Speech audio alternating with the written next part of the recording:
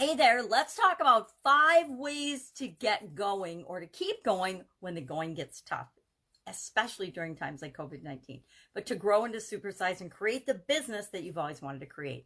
If you have your own business, no matter what's going on in the world around you right now, if you started your own business, you've been in business for any amount of time, you know that we inevitably find ourselves undergoing tough times, tough challenges, big difficulties, problems. I think that as business owners, we spend about 70% of our time or more fighting fires, putting out problems, creating systems and things to make sure that problems and challenges don't impact our business and the direction we're trying to go with it in the future.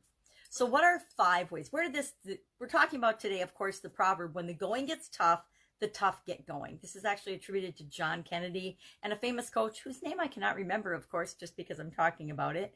But when there's a problem, basically it says, when there's a problem, strong people work hard to solve the problem. They overcome the problem. They go about continuing to move forward in their life, no matter what happens around them. Now, I looked up a bunch of quotes about getting tough and sayings about getting tough, and they were really fun and educational.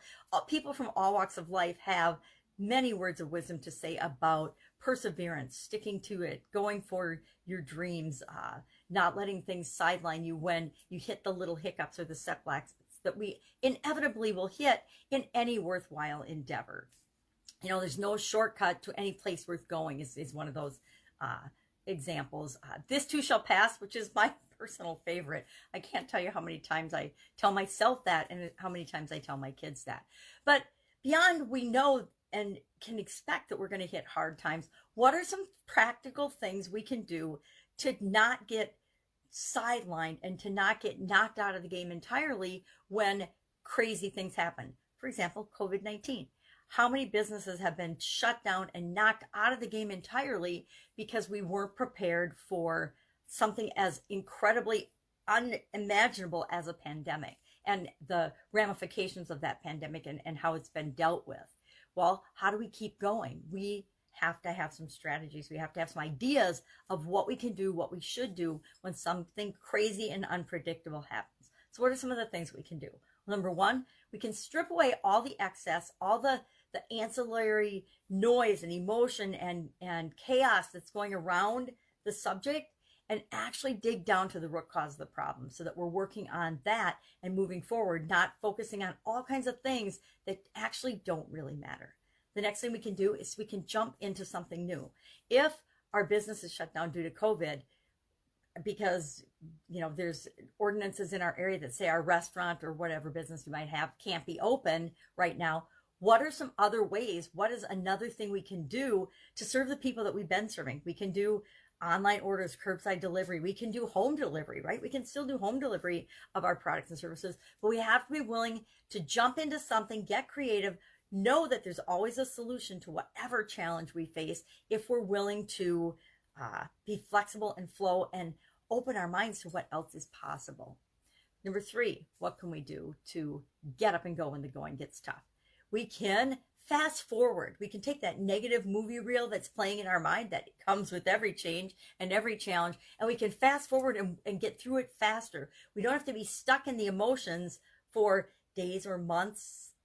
And it's happened to many of us in certain areas or aspects of our life. We've been stuck for months in this negative loop of expecting things to change, but they're not changing, and expecting them to change and having all the negative emotions and depression and fear and lack and scarcity that comes with us being stuck in this negative movie reel. So we can fast forward the movie reel and just say we're to the end and replace the negative emotions with opening up to what else is possible, what could be possible if we put the negative emotions aside, kind of like stripping away the excess, because all that negative emotion, all that negative energy is just excess energy in the opposite direction we actually want to go. It's another thing we can do. Our 4th thing we can do is we can find the lesson in all of this.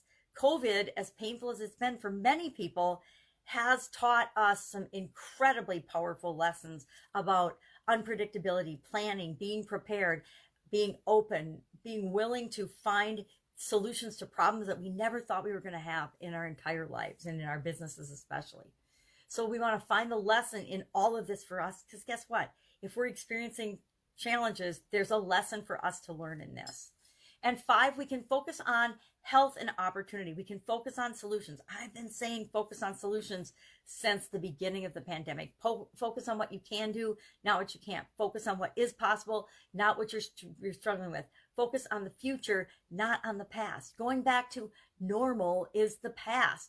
We may or may not ever see what we considered normal before. Again, the world is forever changed by this pandemic, and our businesses and our lives need to move forward and change along with it. Now, it doesn't mean we don't push against things that we don't think are right or fair, but it does mean that we continue to show up, wake up, get up, show up, and serve the people that we're here to serve.